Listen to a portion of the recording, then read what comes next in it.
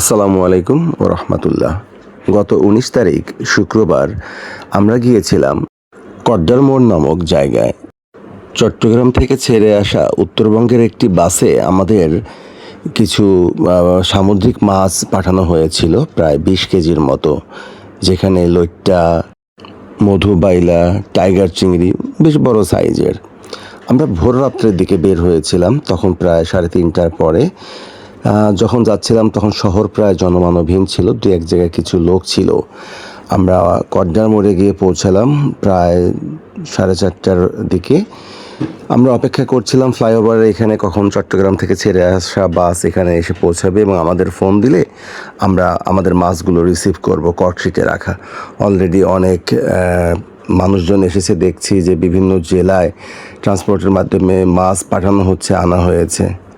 আমি অপেক্ষা করছিলাম দীর্ঘ সময়। পিছনে দেখতে পাচ্ছেন ফ্লাইওভার, তার নিচে আমি অবস্থান করছি। আমরা ১৫-২০ মিনিটের মতো অপেক্ষা করছিলাম।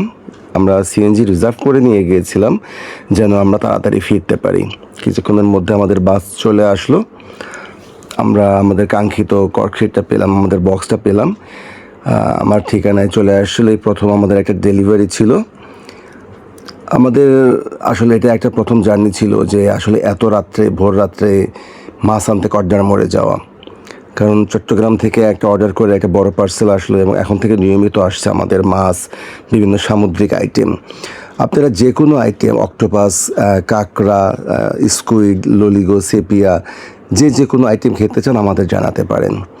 গিয়েছিলাম ভোর রাত্রে, পার্সেল নিয়ে আমরা ব্যাক করতে করতে ততক্ষণে বেলা উঠতে শুরু করেছিল। আমরা আবার আমাদের গন্তব্যে ফিরে আসলাম। খুব ভালো লেগেছিল। একটা টেনশনের মধ্যে ছিলাম, কারণ এত রাত্রে গিয়েছিলাম আর আসলে চট্টগ্রাম থেকে আমাদের এই যে পার্সেলটা সেটা ঠিকভাবে আসবে কিনা অনেক টেনশন ছিল। তো যাই হোক, ভালোভাবে বাড়িতে আসলাম। এসে আমরা আমাদের পার্সেলটাকে আনবক্সিং করেছিলাম।